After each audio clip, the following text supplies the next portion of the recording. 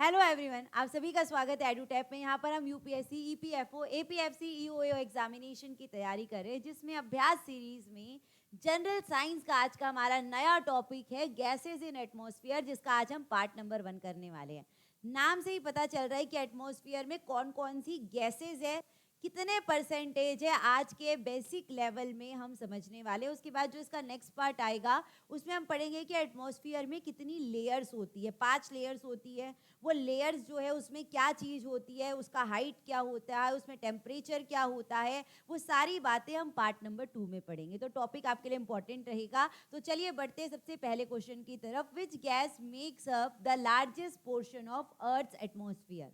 हमें पूछ रहा है कि हमारे अर्थ के एटमॉस्फेयर में बहुत सारी गैसेज है, नाइट्रोजन है, ऑक्सीजन है, कार्बन डाइऑक्साइड है, आर्गन है, बहुत सारी गैसेज है, लेकिन सबसे ज़्यादा गैस कौन सी पाई जाती है? तो सबसे ज़्यादा जो गैस पाई जाती है हमारे एटमॉस्फेयर में वो है नाइट्रोजन। और कितनी मिलती है? 78%, यानी कि सबसे ज़्यादा 100 में से 78 इसको मिला है नाइट्रोजन को। सबसे ज़्यादा जो हमारा अर्थ एटमॉस्फेयर में गैस प्रेजेंट है वो नाइट्रोजन। और ये कौन से लेयर में रहती है अगर ये पूछता, मैंने आपको बताया कि एटमॉस्फेयर में 5 लेयर है। तो सबसे नीचे वाली जो लेयर है, जो हमारी पृथ्वी को, हमारे अर्थ को सराउंड करके रखती है, वो हमारी क्या है? ट्रोपोस्फियर। ट्रोपोस्फियर में सबसे ज्यादा जो है, ये याद रखिएगा, ये क्वेश्चन घुमा कर भी पूछ सकता है। यहाँ पर अर्थ एटमॉस्फेयर पूछा है, अगर यही क्वेश्चन पूछता कि ट्रोपोस्फियर में सबसे ज्यादा गैस कौन सी मिलती है, तो वो हम नाइट्रोजन करते थे। 78% नाइट्रोजन, यानी कि N2। ठीक है, आगे बढ़ते क्वेश्चन नंबर 2 में आते हैं। What is the approximate percentage of oxygen in the earth atmosphere. अब ऑक्सीजन कितना है? सबसे पहले आपने याद कर लिया, नाइट्रोजन है 78% और ऑक्सीजन आती है दूसरे नंबर पर, जो कितनी है? 21%। ऑक्सीजन हमारे अर्थ के एटमॉस्फेयर में कितनी है? 21%। अगर मैं टोटल बात करती हूँ तो इतना इतना पोर्शन हमारा क्या है? 78% नाइट्रोजन का है। इतना हमारा कितना है? 21% ऑक्सीजन का है। और ये जो 1% बच रहा है, इसमें आपका कार्बन डाइऑक्साइड आएगा, आर्गन आएगा, और भी बहुत सारी गैसेज आएगी जो 1% है। तो आपको याद रखना है कि दूसरे नंबर पर हमारी आती है ऑक्सीजन, जो हमारे लिए लाइफ सपोर्टिंग गैस है। ठीक है, 21%। आगे बढ़ते हैं, क्वेश्चन नंबर 3 में आते हैं।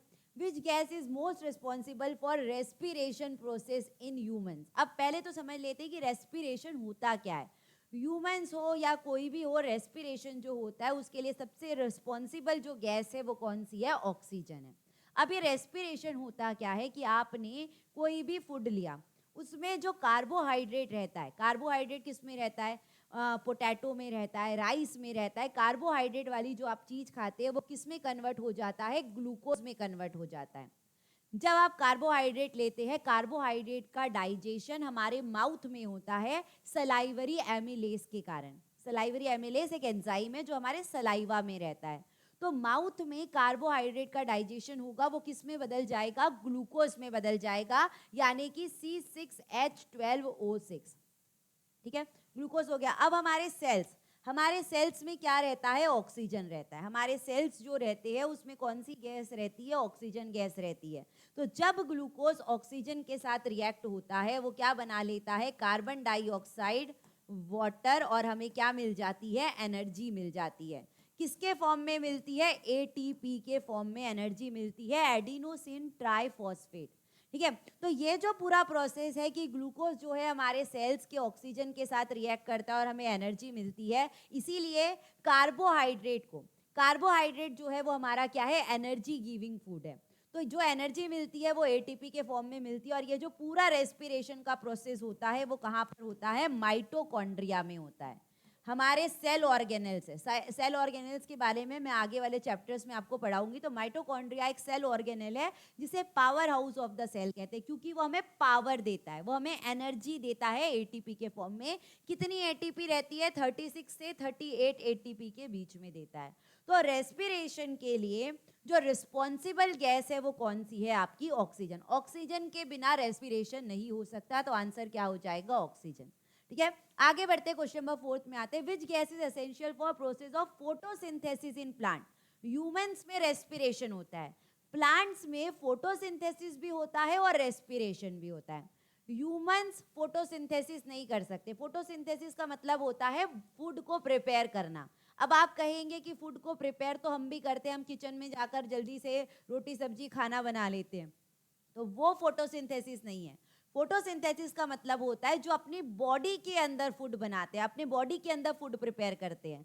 तो हम जो है वो अपने बॉडी के अंदर नहीं करते, हम फोटोसिंथेसिस नहीं कर सकते। फोटोसिंथेसिस केवल प्लांट्स करते हैं और प्लांट्स रेस्पिरेशन भी करते हैं।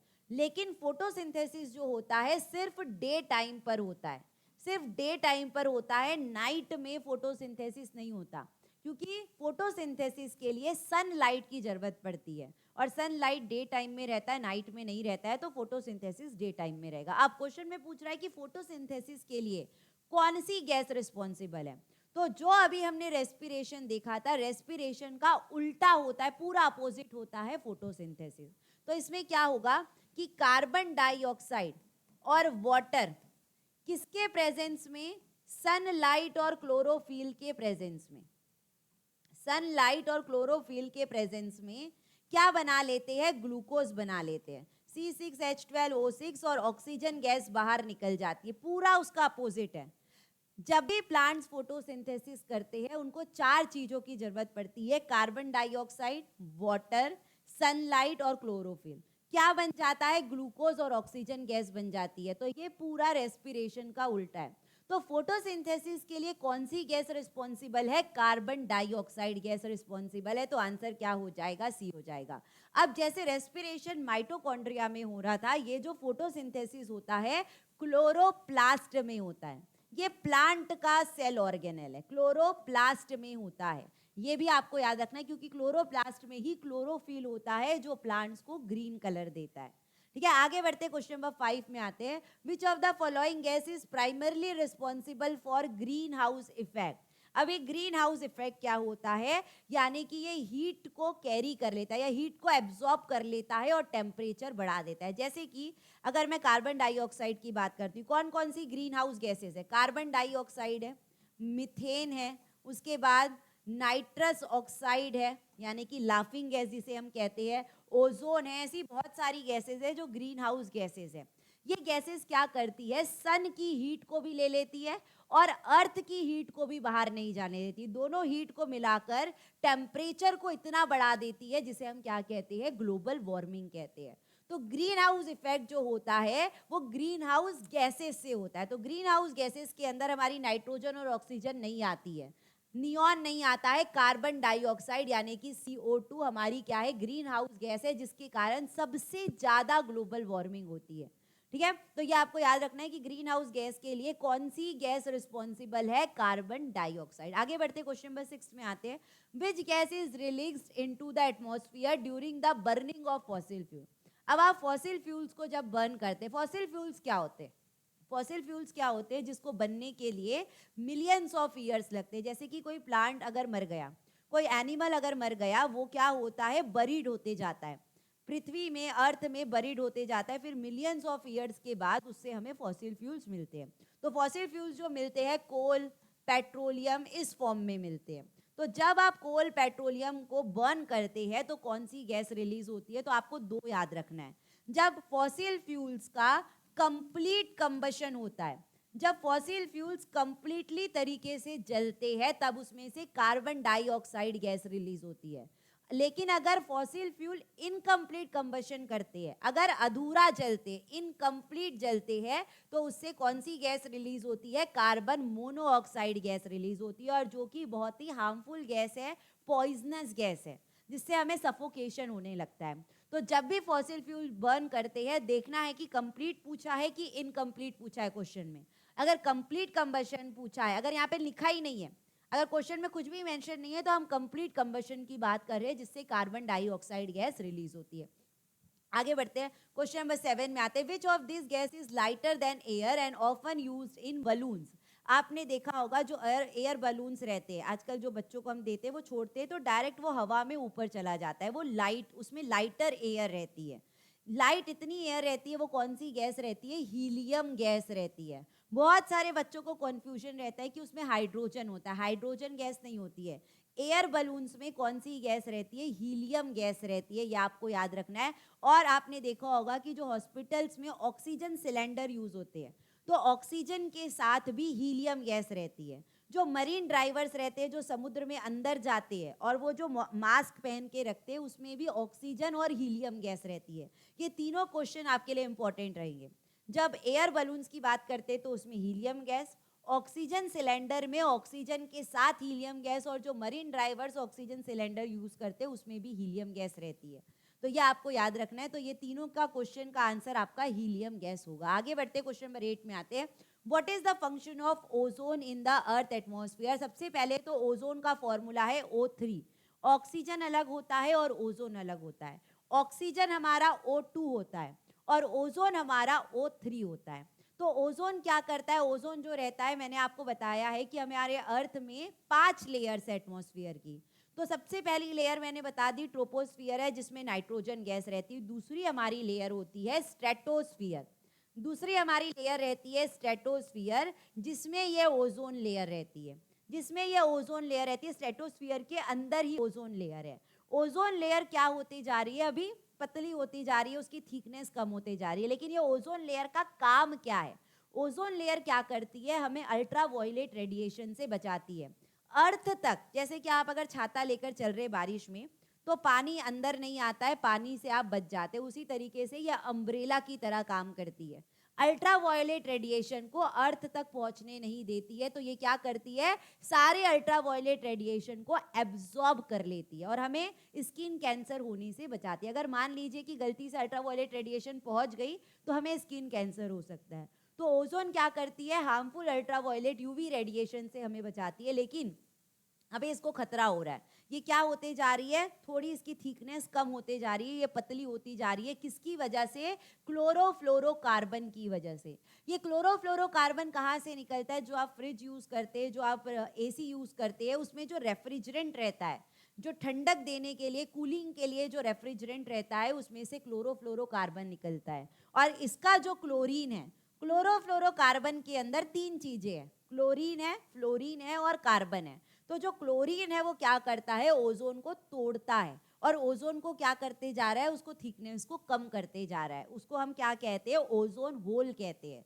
ओजोन होल पर भी क्वेश्चन एग्जाम में बनता है, वो आपके लिए इंपॉर्टेंट है। ओजोन होल क्या होता है कि जब ओजोन की थिकनेस 300 डॉप्सन से कम हो जाएगी, जब ओजोन लेयर की थिकनेस 300 डॉप्सन से कम हो जाती, 300 डॉप्सन से ऊपर रहे तो बहुत अच्छा है। अगर 300 डॉप्सन से कम हो गई है, इसका मतलब उसमें होल होता जा रहा है। और ये होल सबसे ज्यादा कहाँ पर दिखाई दे रहा है? एंटार्क्टिका।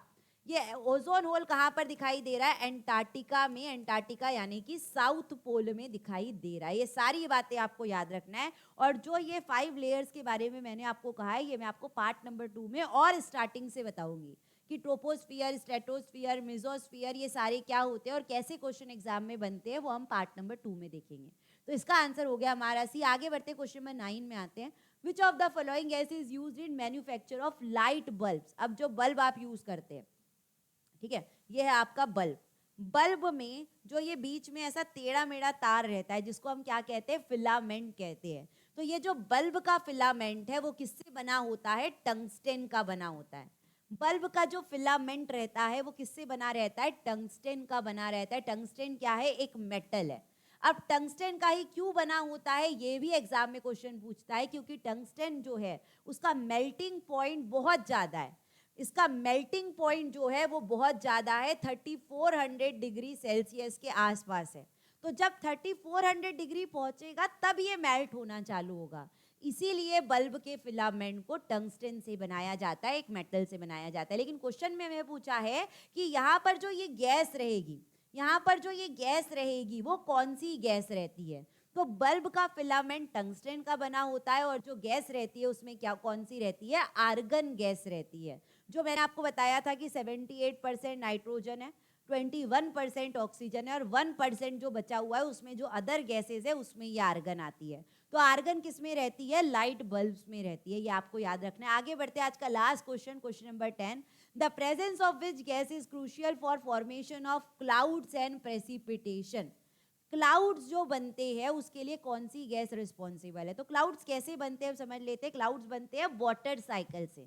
वाटर साइकिल क्या होता है कि जो रिवर्स में पानी रहता है, जो रिवर्स में पानी रहता है वो किस में बदल जाता है? वेपर्स में बदल जाता है। रिवर्स का जो पानी है वो किस में बदल जाता है? जो लिक्विड है किस में बदल गया? वेपर्स में बदल गया, गैस में बदल गया। इसे क्या कहते हैं? इवेपोरेशन कहते हैं। ये किसके कारण होता है? सन की हीट की वजह से होता है। सन की हीट की वजह से होता है। तो रिवर्स का जो पानी है वो वेपर्स में बदल गया, इवेपोरेशन हो गया। अब जैसे जैसे वेपर्स ऊपर जाते हैं, जैसे जैसे वेपर्स ऊपर जाते हैं वो क्या होने लगते हैं? कूल होने लगते हैं, ठंडे होने लगते हैं। और जैसे ही वो पूरे ठंडे हो जाते हैं, जो गैस है वो क्या बन जाती है? क्लाउड्स बन जाती है। क्या बन जाती है? क्लाउड्स बन जाती है। इसे क्या कहते हैं? कंडेंसेशन कहते हैं।